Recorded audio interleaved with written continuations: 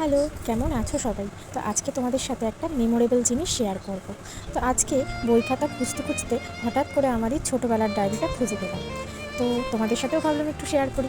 দেখো, আমাদের সময় তো ফোন ছিল না, তাই আমরা বিভিন্ন স্টিকার লাগিয়ে বেড়াতাম। দোকান থেকে কিনে এনে যেই স্টিকারটা সবচেয়ে বেশি ভালো লাগতো সেই স্টিকারটা আমরা যত্ন করে এখানে লাগাতাম। ইস, কতই না স্মৃতি।